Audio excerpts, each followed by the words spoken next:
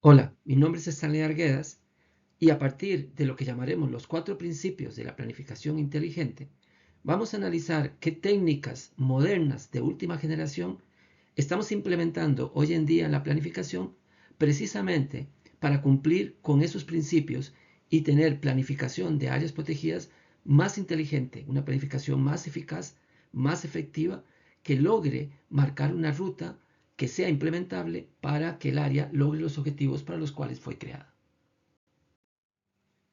¿Cuáles son esos 4 principios fundamentales para una planificación inteligente? Primero, el principio de la trazabilidad de la planificación. Ahí explicaremos de qué se trata este tema de trazabilidad de la planificación y por qué es importante para una planificación inteligente. También hablaremos de otro principio que se llama diseñada para atender temas claves. Veremos por qué la planificación tiene que estar diseñada dirigiendo la planificación hacia temas claves para que la gestión se enfoque en lo que realmente el área le está urgiendo que se enfoque. Enfocada en acciones para lograr un cambio medible. Esto nos llevará a pensar, repensar cómo estamos planteando lo que debe lograrse a partir de esta planificación. Y veremos cómo a través de enfoques como la teoría del cambio vamos a lograr que el área realmente cumpla los objetivos a través de ir modificando, ir cambiando la realidad en la que está inmersa.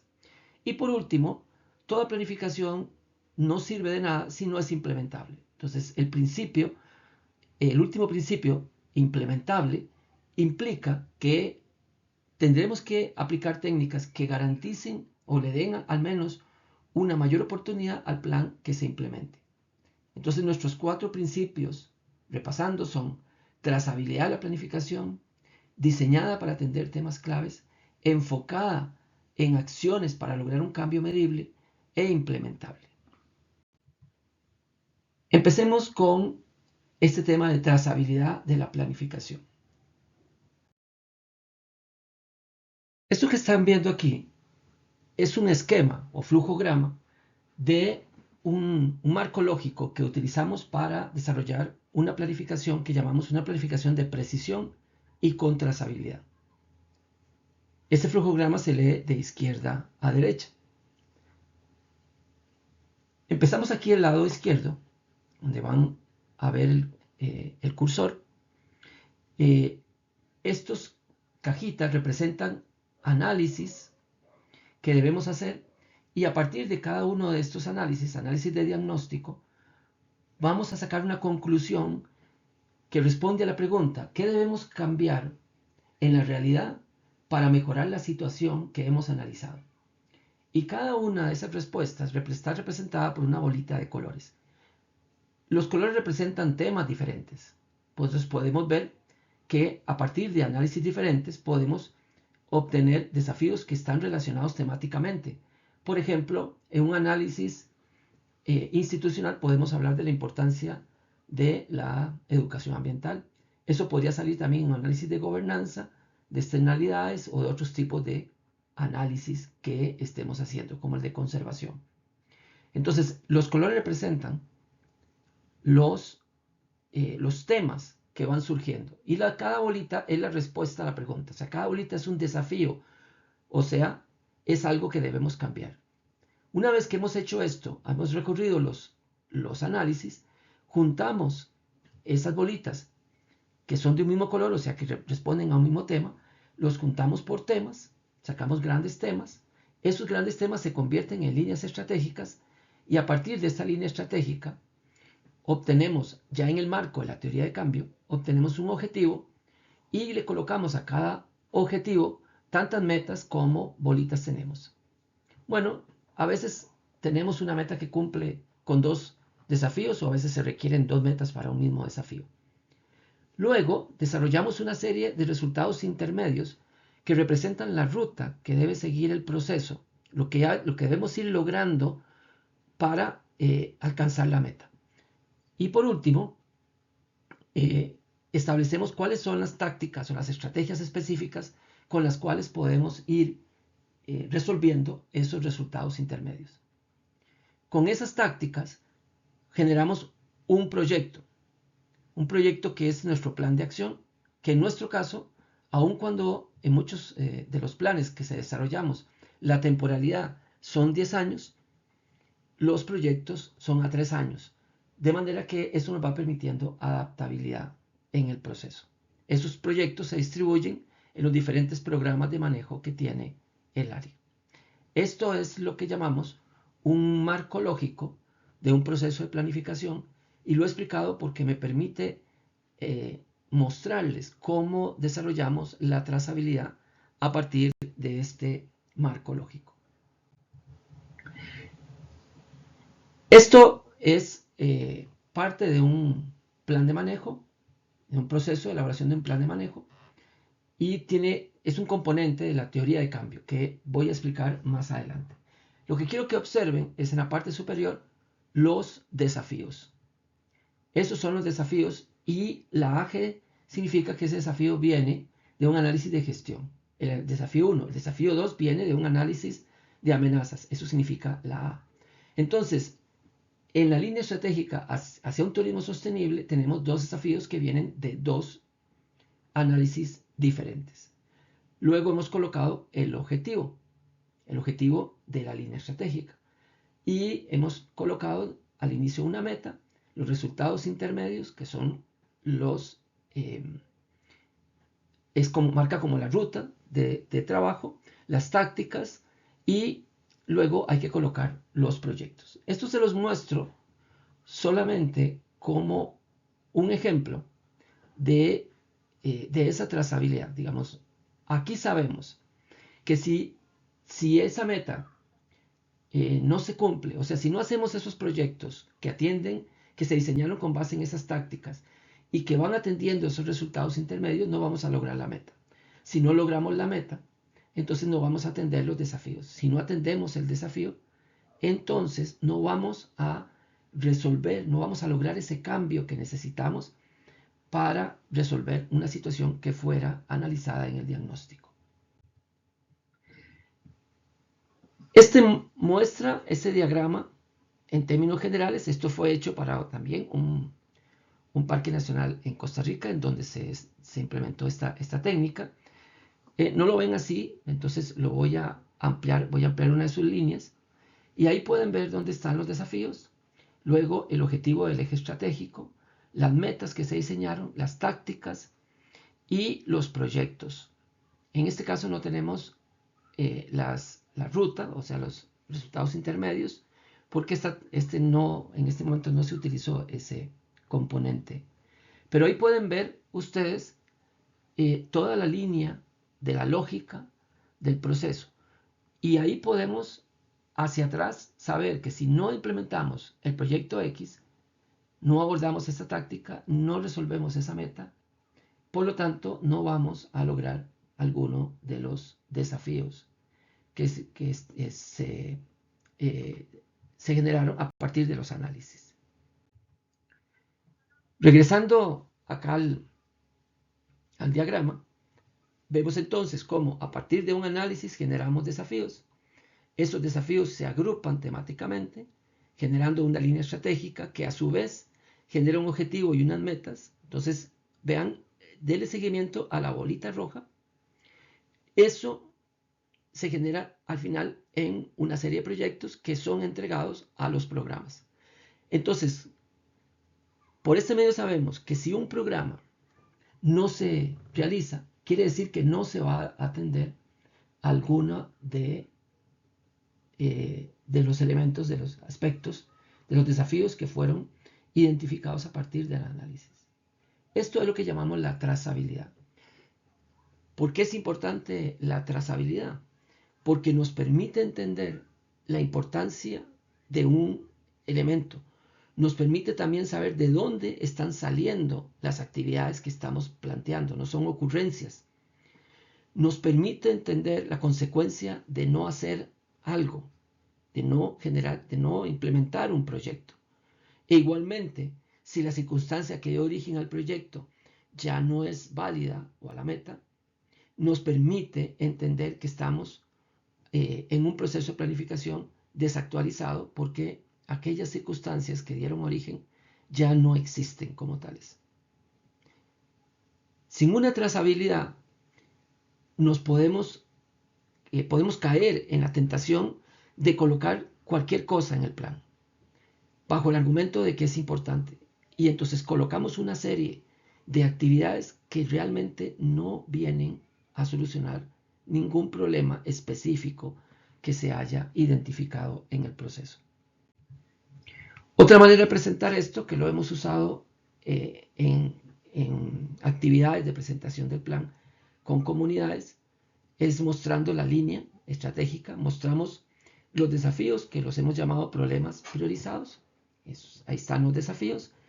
Entonces le explicamos a la gente que a partir de sus desafíos se creó esta línea estratégica que tiene este objetivo y que tiene una serie de metas que se van a implementar a través de proyectos. Y le vamos mostrando a la gente esto. Esto muestra muy en resumen el marco lógico del plan. Identifiqué esos problemas, entonces me propuse un objetivo y voy a resolver esos problemas por medio de una serie de metas. Esas metas atienden esos problemas que llamamos desafío. La gente puede ver esto y rápidamente puede entender la trazabilidad de por qué hay un proyecto que se llama la conectividad entre los bosques, que atiende esa meta 8, que atiende ese objetivo y que probablemente atiende el desafío que dice mejorar a escala de paisaje la conectividad estructural de las áreas, que surgió de una discusión en un análisis dentro del proceso de elaboración del plan. Esto es lo que llamamos trazabilidad. Bien, veamos ahora entonces otro principio, el segundo, que dice diseñada para atender temas clave.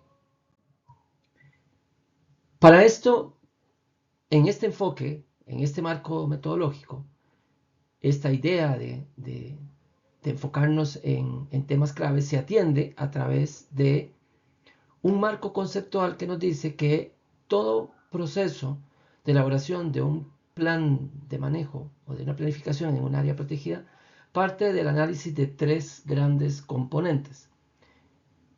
El primero de ellos es asegurar la conservación a largo plazo del patrimonio protegido, que es el objetivo principal de las áreas protegidas. Pero las áreas protegidas también tienen como objetivo servir o generar algún tipo de externalidad o algún tipo de beneficio a las comunidades, y eso lo hacemos a través de los servicios ecosistémicos. Hoy en día se nos pide que eso se haga inclusive de manera justa, de manera equitativa y que sea sostenible en el tiempo. Entonces es otro campo de análisis que debemos hacer. Y el tercer campo de análisis, o tercer ámbito, es asegurar que haya una capacidad de gestión y gobernanza adecuadas, para lo cual tenemos que analizar las capacidades instaladas en función de las capacidades que debería tener el área para lograr cumplir con los desafíos a los que se enfrenta. Entonces, para cada uno de esos casos aplicamos técnicas. Por ejemplo, para el tema de la conservación, utilizamos técnicas basadas en los estándares para la conservación. Y para eso utilizamos una herramienta de Excel que nos sirve para hacer el análisis de viabilidad, de amenazas, que nos lleva al riesgo. Y también aplicamos un modelo situacional. Les voy a mostrar ahora algunas capturas de pantalla de esa herramienta de Excel y del modelo situacional para entender cómo es que esos análisis nos llevan a aspectos clave en la gestión del área. Cómo vamos priorizando y filtrando para quedar con los aspectos clave. También aplicamos otras herramientas que no voy a mostrar en esta presentación para analizar las externalidades, analizar la sostenibilidad, la equidad en la prestación de servicios ecosistémicos a las comunidades, en la generación de beneficios a través de esos servicios ecosistémicos. Y también aplicamos otras herramientas, estas tampoco las mostraré en esta presentación, que nos permiten analizar dónde están los problemas importantes en la gestión del área. Podemos aplicar inclusive el estándar de lista verde. Podemos correr una herramienta oficial de efectividad que tenga el país. O aplicamos también una herramienta para analizar y discutir el tema de la gobernanza que le llamamos el gobernómetro. Y aplicamos también el FODA, que es una herramienta, ya tiene como 60 años, pero es una herramienta muy poderosa para el análisis de la gestión. Por último, cuando el área tiene lo que llamamos temas de arrastre, o sea, temas que son muy importantes y que arrastran mucho del esfuerzo de energía de gestión, diseñamos herramientas para cada uno de los temas de arrastre que se hayan identificado. Estas herramientas, toda la aplicación de todas estas herramientas tiene por objetivo identificar esos temas clave, priorizarlos y direccionar el área. Los pocos recursos que tiene generalmente un área protegida, los escasos recursos que tiene, a solucionar precisamente los temas claves. Voy a mostrarles las técnicas que usamos en ese componente de conservación. Como les dije antes, los otros dos no los mostraré en esta presentación para no hacer la presentación demasiado extensa. Empezamos los análisis con un análisis de viabilidad y de integridad. Eso lo hacemos siguiendo las técnicas, las herramientas y el enfoque de los estándares de conservación. Ellos llaman a estos objetos de conservación, aquí los llamaremos elementos focales de manejo. Los elementos focales de manejo son una serie de elementos de la biodiversidad, que pueden ser especies, hábitat, ambientes, ecosistemas completos, cuya lógica de seleccionarlos es que si logramos analizar y conservar estos elementos, podremos estar analizando todas las amenazas que tiene la biodiversidad dentro del área y podremos estar logrando la conservación de toda esa biodiversidad. No necesitamos analizar todos los componentes de la biodiversidad. Con un análisis de 8 elementos como máximo, podemos abarcar los elementos que necesitamos analizar. Esos elementos entonces se llaman elementos focales de manejo. Para saber en qué estado está el elemento, se le asignan lo que se llaman atributos ecológicos clave de 3 tipos.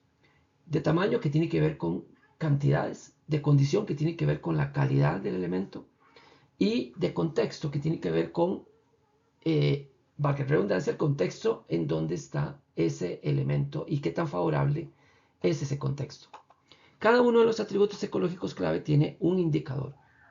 Ese indicador debe medirse para saber en qué estado está y compararlo contra unos rangos que nos pueden decir si está mal, bien o está excelente. Aquí aplicamos una técnica de opinión de expertos. Inclusive trabajamos con 3 escenarios. Le pedimos a un experto valorar el indicador o el atributo con base en el estado actual. Le pedimos también que lo valore la tendencia de ese atributo en los próximos 20 años, a menos que se haga un esfuerzo por cambiar esa tendencia. ¿Cuál va a ser la tendencia de ese atributo? Y luego, en el tercer escenario, ¿cuál es el cambio razonable que se puede lograr de esa tendencia en la que va el atributo? Cada escenario tiene un promedio que nos permite entender de 0 a 3 la situación de los atributos en particular y del elemento focal. Aquí está un poco más ampliado. Aquí vemos, por ejemplo, población local de jaguares, el elemento focal. Y vamos viendo, por ejemplo, que la abundancia relativa de las especies, que es un atributo de tamaño, hoy en día está en 2. Hay una serie de criterios para colocar esos números. Va a bajar a 1 y la tendencia razonable a lograr es 2. Cosa que no pasa con la conectividad boscosa, que es un atributo de contexto, que está en 2, bajará a 1 y de acuerdo al equipo evaluador no va a ser posible cambiar esa tendencia.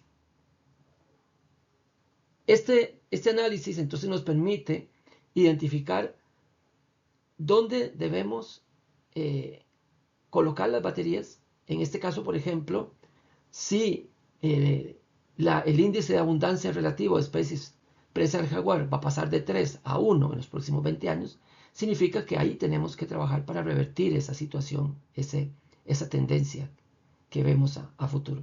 Y esa es la lógica con la cual aplicamos esto. Eso nos va permitiendo identificar temas que son claves para mantener la vitalidad o la integridad, la vitalidad de una población o la integridad de un ecosistema o de un ambiente.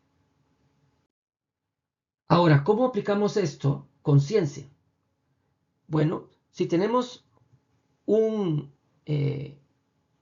atributo ecológico clave, podemos meter ese atributo en una serie de rangos que nos pueden decir que el primer rango es una condición crítica, una condición mala, una condición buena o una condición excelente. Y si tenemos un dato científico que nos dice que hoy en día la condición del indicador que mide ese atributo ecológico clave es ahí, entonces la ciencia nos dirá exactamente dónde está, en qué situación está ese atributo ecológico clave. Por ejemplo, el caso del pez Gaspar, que es un caso que se analizó, ahí están los atributos. Podríamos pensar entonces que podríamos tener estos rangos más o menos de 0 por hectárea, sería extinto, 50 por hectárea sería una condición óptima del atributo de abundancia relativa de la especie. Entonces vamos a colocar unos atributos. Esto es completamente aleatorio, no está basado en ningún tipo de estudio, ninguna situación derivada de la ciencia, es solamente ilustrativo desde el punto de vista académico. Entonces, si hoy en día el índice de abundancia actual de Gaspar está ahí, digamos que está en 8.5 Gaspares por hectárea o 9 Gaspares por hectárea, estaríamos en una condición mala. Y eso nos lo daría la ciencia como un dato específico. Ahora, el problema es conseguir esto. Conseguir esos rangos, conseguir esos números de los rangos y conseguir el dato en la situación actual. Cuando no tenemos eso, entonces recurrimos a la opinión de expertos. Este cuadro, esta fotografía muestra a un grupo de equipo de planificación, un grupo experto, donde hay funcionarios, hay gente de ciencia, hay gente de ONGs y otros técnicos, y al fondo ven la proyección de este archivo de Excel con el que trabajamos para precisamente hacer las valoraciones de los escenarios en los atributos, en estos atributos ecológicos clave. Esto utilizando criterio experto y no dato científico, pero lo recomendable es obtener esto por medio del dato científico. Para eso, también recomendamos en el plan de manejo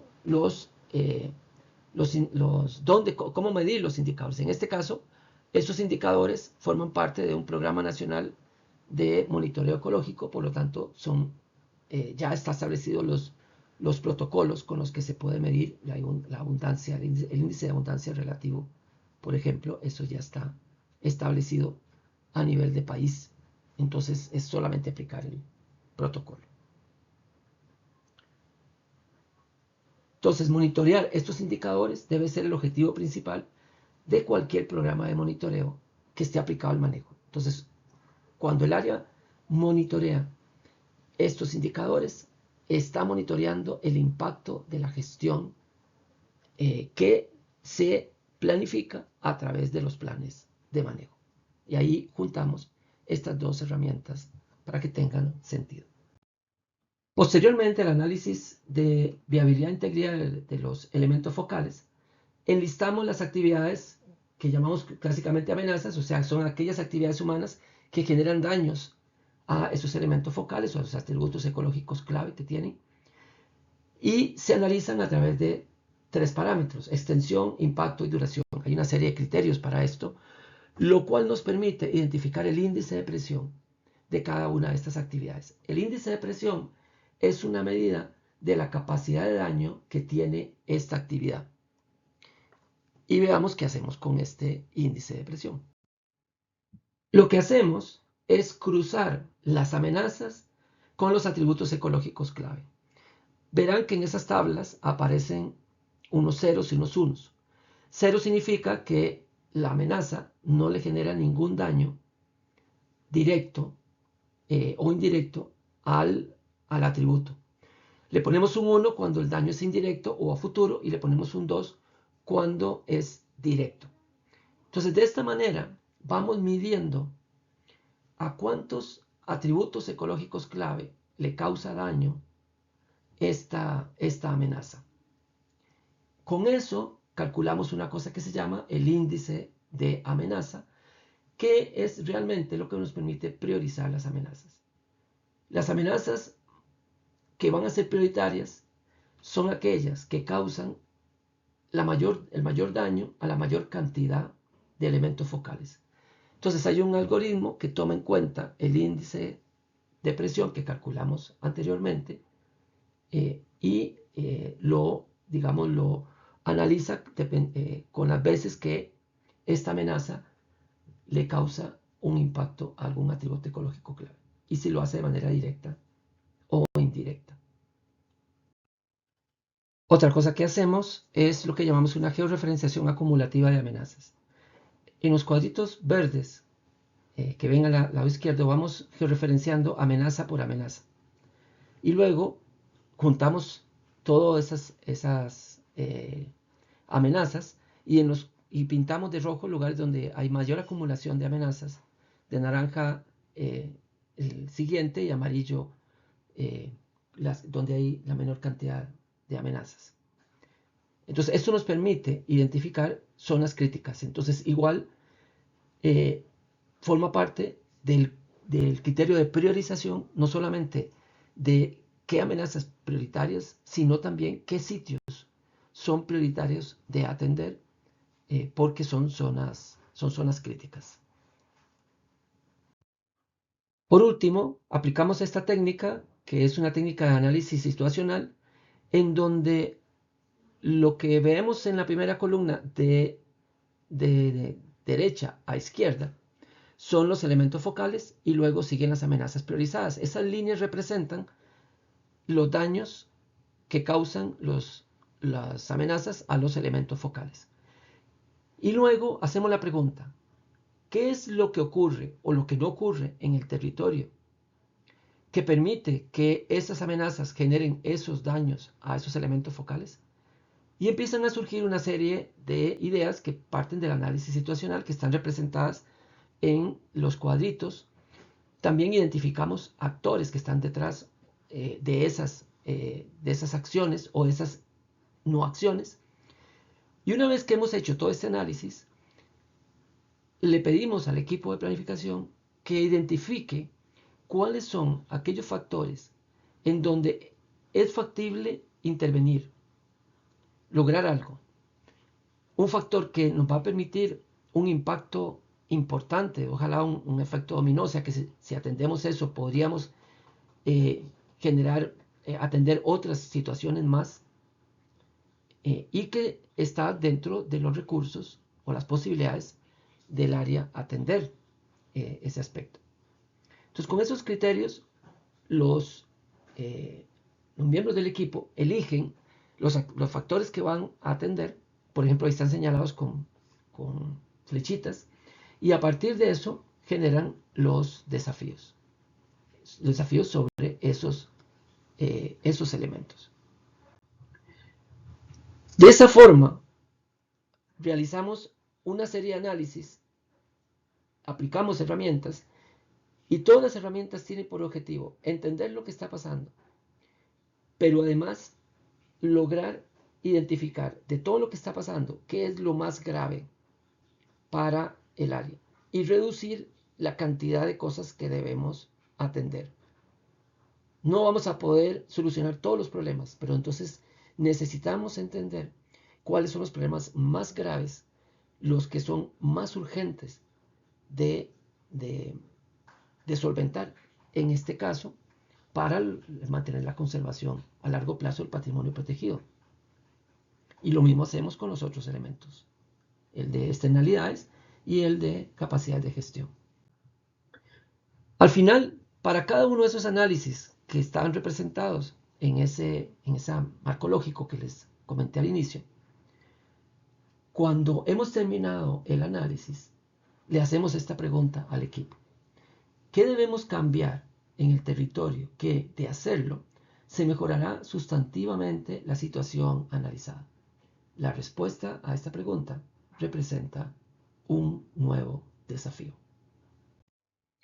Vamos a ver ahora el tercer principio, que es el que nos habla que la planificación debe estar enfocada en acciones para lograr un cambio medible.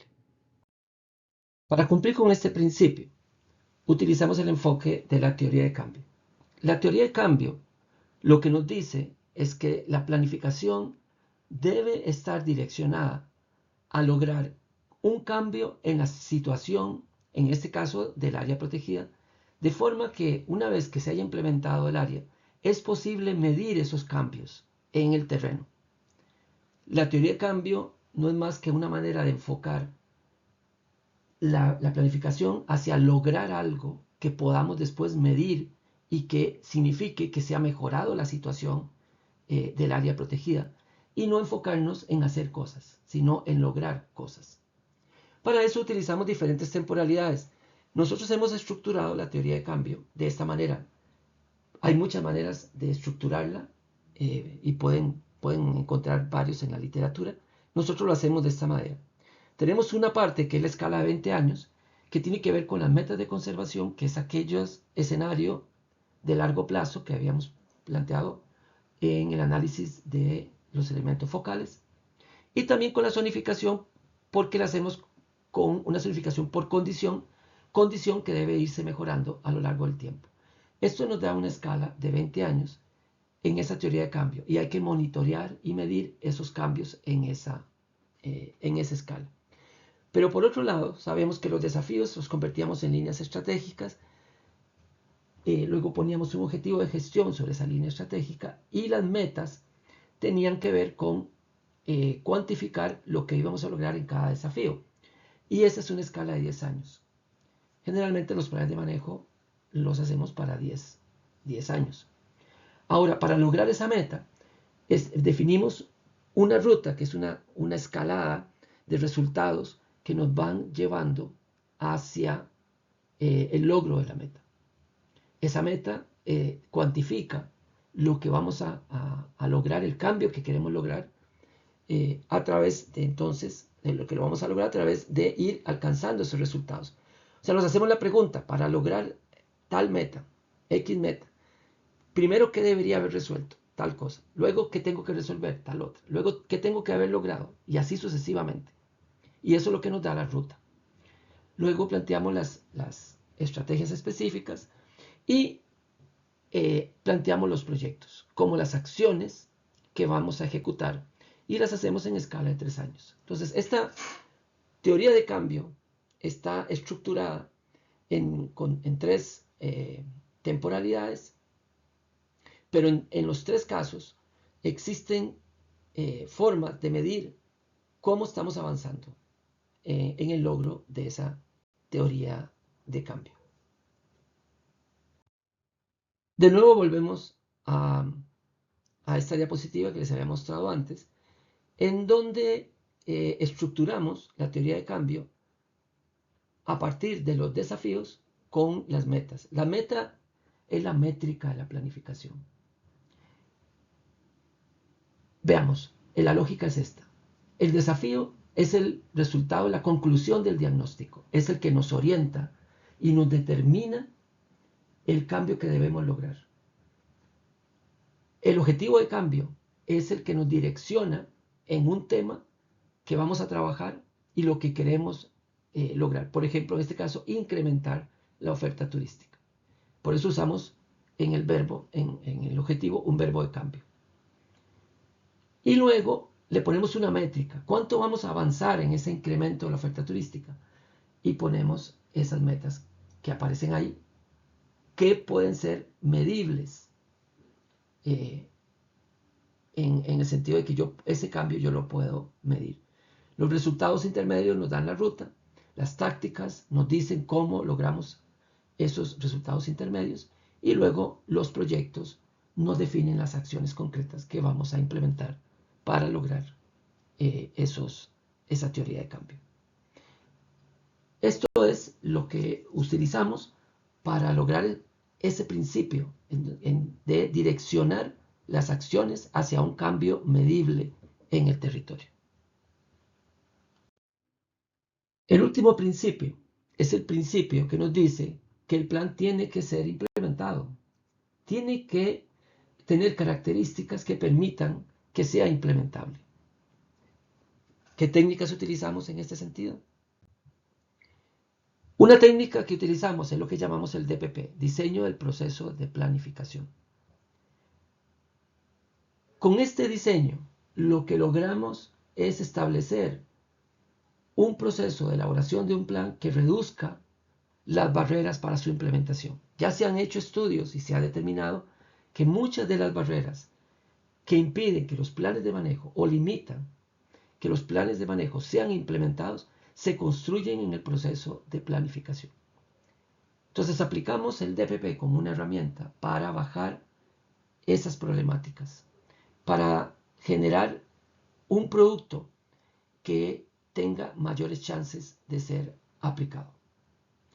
Para el DPP utilizamos lineamientos institucionales, contexto y particularidades, analizamos esos contextos y particularidades del área protegida, los recursos y limitaciones que tiene el proceso de planificación y las metodologías a usar. Todo en función de generar un producto que sea al final aplicable. Eso que está ahí es la muestra de un diseño de un DPP de un área protegida provincial en la provincia de Salta, en Argentina. El DPP es una herramienta muy poderosa para ayudar a generar un proceso de planificación que nos lleve a un producto implementable. Otra cosa que usamos es lo que llamamos la regla de la tercera parte. Y decimos es una regla para una planificación retadora pero realista. Esta regla lo que nos hace es caer en la conciencia de que la energía, la capacidad de gestión instalada está repartida en tres grandes ámbitos. Un ámbito del esfuerzo de gestión está dedicado a cubrir actividades de carácter administrativo, coordinaciones, capacitaciones y otras que son propias del gerenciamiento de un área protegida. Son cosas que hay que hacer, son cosas que no se pueden evitar, son cosas que tienen que ver con mantener estructuras y procesos administrativos y también de fortalecimiento de capacidades del personal y otros elementos, las vacaciones, por ejemplo, las incapacidades. Todo eso tiene que ver con asuntos administrativos que absorben una buena cantidad de la energía o la capacidad o el esfuerzo de gestión que tenemos instalado en el área protegida.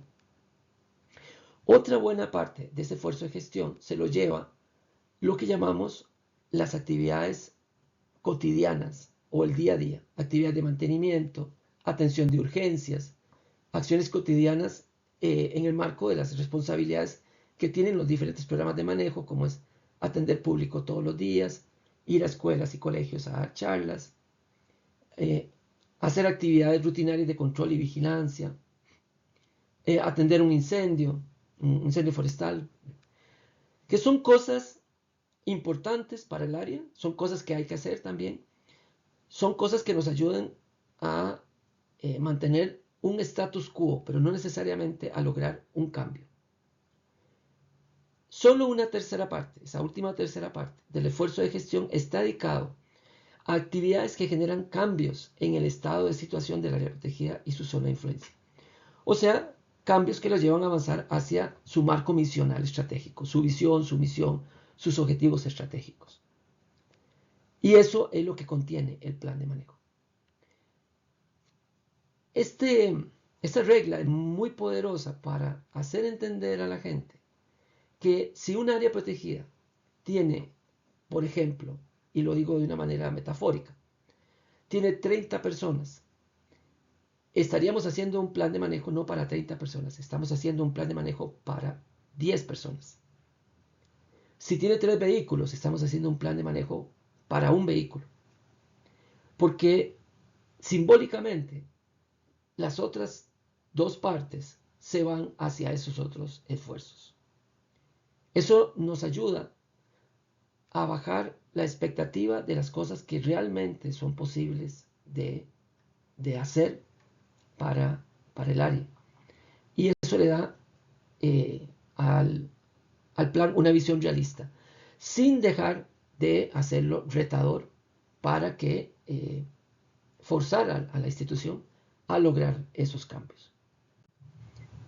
Otra cosa que hacemos es la estructuración de las acciones en un formato de proyectos. El proyecto lo entendemos como una unidad de gerenciamiento para el componente operativo. Usualmente en los planes lo que vemos como unidades de gerenciamiento son los programas. Entonces, los planes tienen una repartición de actividades en cada uno de los programas. Primero que eso nos hace perder trazabilidad, porque no sabemos cuáles actividades están ligadas con qué problemas que fueron identificados. Segundo, nos crea una falsa sensación de que podemos colocar muchas cosas ahí. Y hacemos esos super planes que tienen una gran cantidad de actividades que después no es posible de lograr. Y tercero, que ya los programas tienen una cantidad de acciones que son propias de ese tema. No tenemos que hacer un plan de manejo para decirle a un programa de educación ambiental que tiene que ir a las escuelas.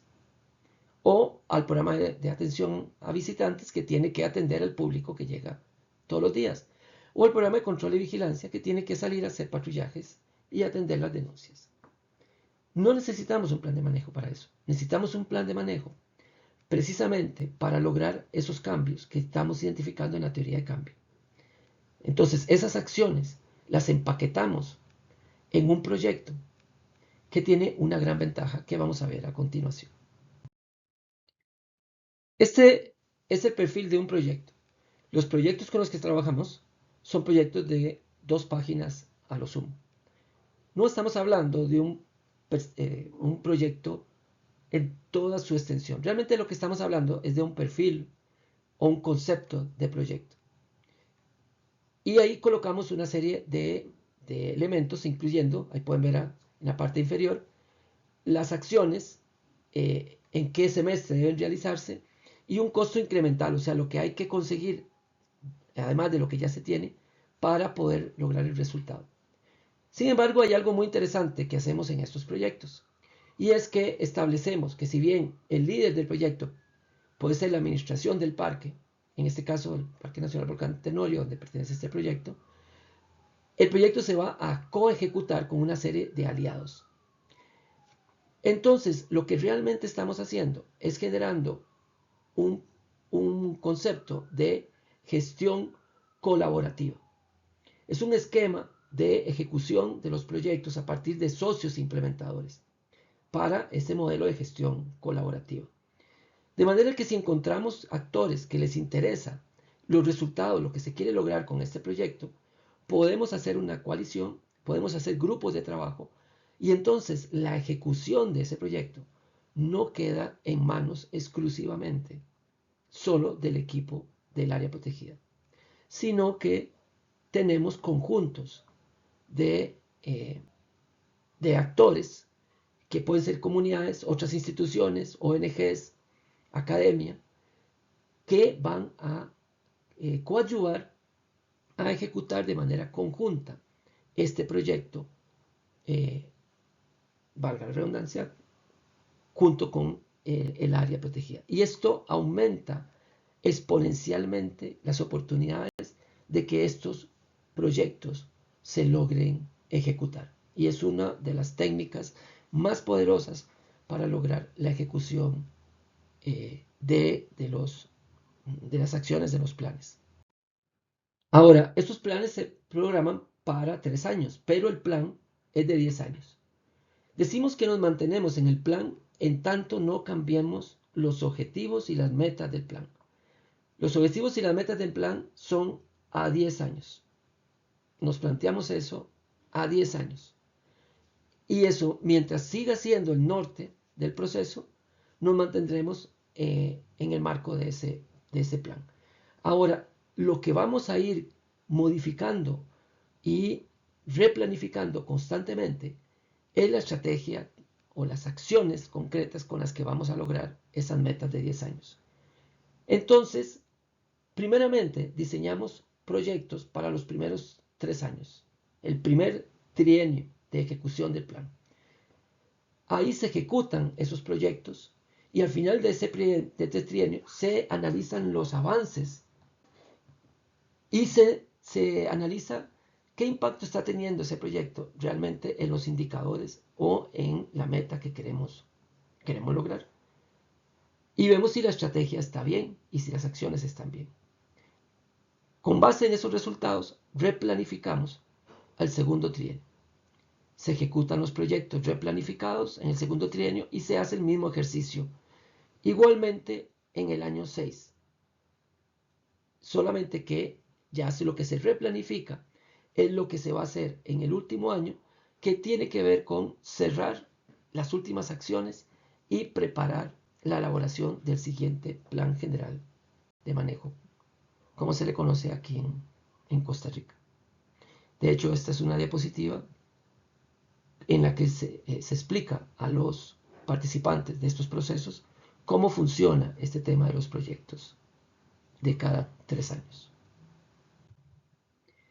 Esto está dentro de una lógica de una gestión adaptativa, que es parte de lo que nos permite lograr un plan que se implemente.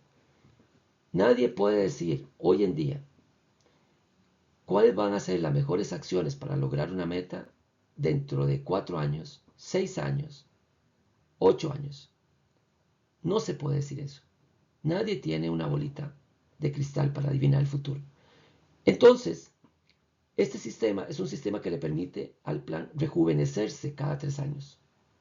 Cada 3 años el plan se reanaliza desde el punto de vista de las metas. Las metas no varían, las metas se mantienen por 10 años.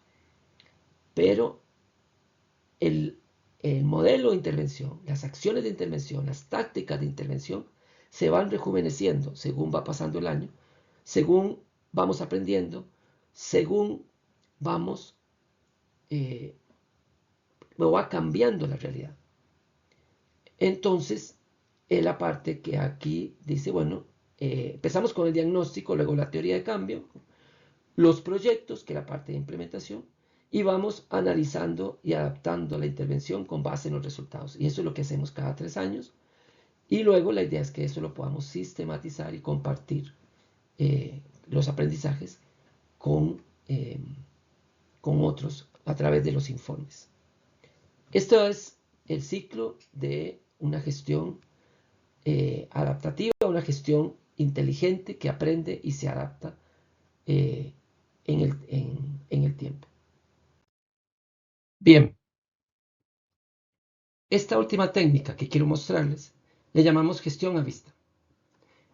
Gestión a vista significa que los elementos esenciales de las acciones de gestión yo los puedo estar mirando con facilidad. Entonces, estos gráficos que ven ahí, que no se pueden leer, realmente tienen un tamaño de 1,5 metros de base por 1 metro de alto. Y están diseñados para que puedan ser pegados en alguna pared dentro de la administración o la dirección del área protegida, de forma que todos los funcionarios constantemente pueden estar mirando el plan. Y es que en esas 3 diapositivas, en esos 3 banners, que realmente son banners, está el plan. En el primer banner está el diagnóstico. En el segundo, la teoría de cambio. Que realmente falta otro más porque son 2 de teoría de cambio, pero voy a mostrarles solo uno. Y en el último está la zonificación por condición y todas las regulaciones de esta zonificación. O sea, todo está ahí en esos banners. Todo el plan está resumido ahí y está colocado en paredes para que lo puedan ver con detenimiento. Y hablando de verlo con detenimiento, permítanme mostrarles estos banners con detenimiento. Este, por ejemplo, es el banner que muestra todos los análisis que se hicieron en la parte de diagnóstico.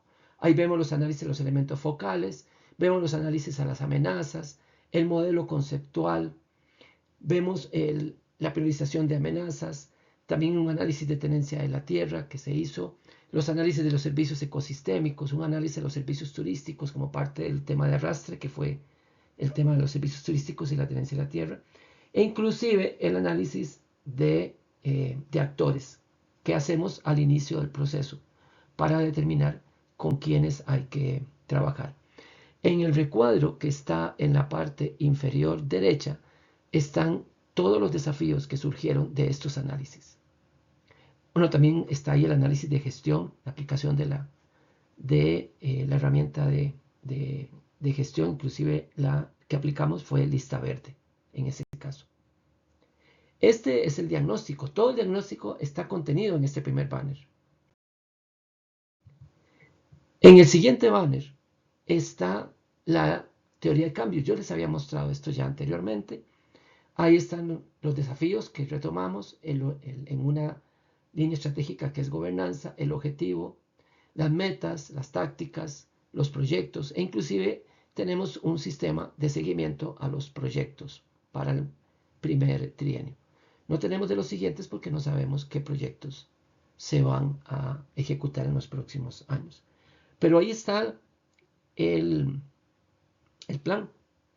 Ahí está cómo se debe ejecutar el plan, las acciones, y lo podemos ver con mucha rapidez, mucha facilidad, entender la lógica del plan.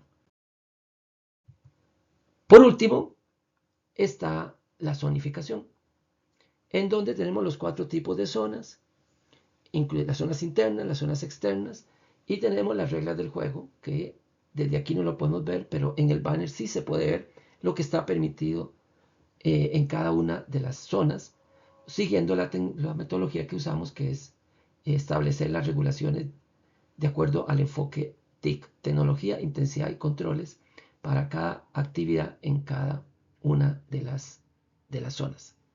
Así que esto resume el plan y lo pone a la vista, el plan.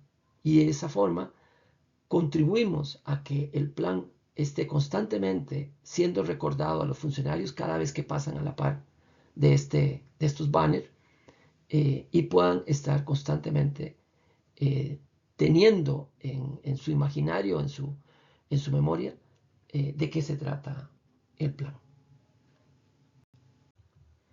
Bien, así hemos visto estos 4 principios.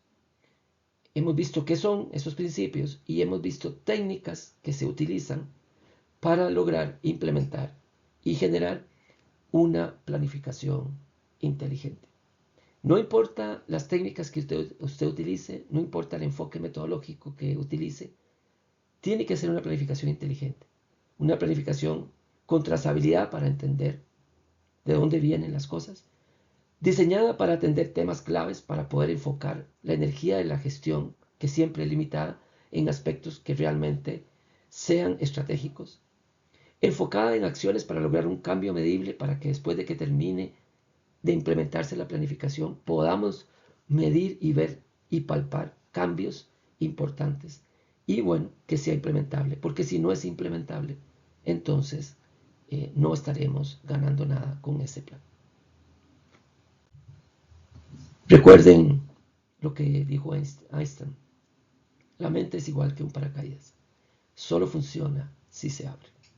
Hay que abrir la mente a nuevas perspectivas, particularmente en lo que a planificación se refiere. Muchas gracias.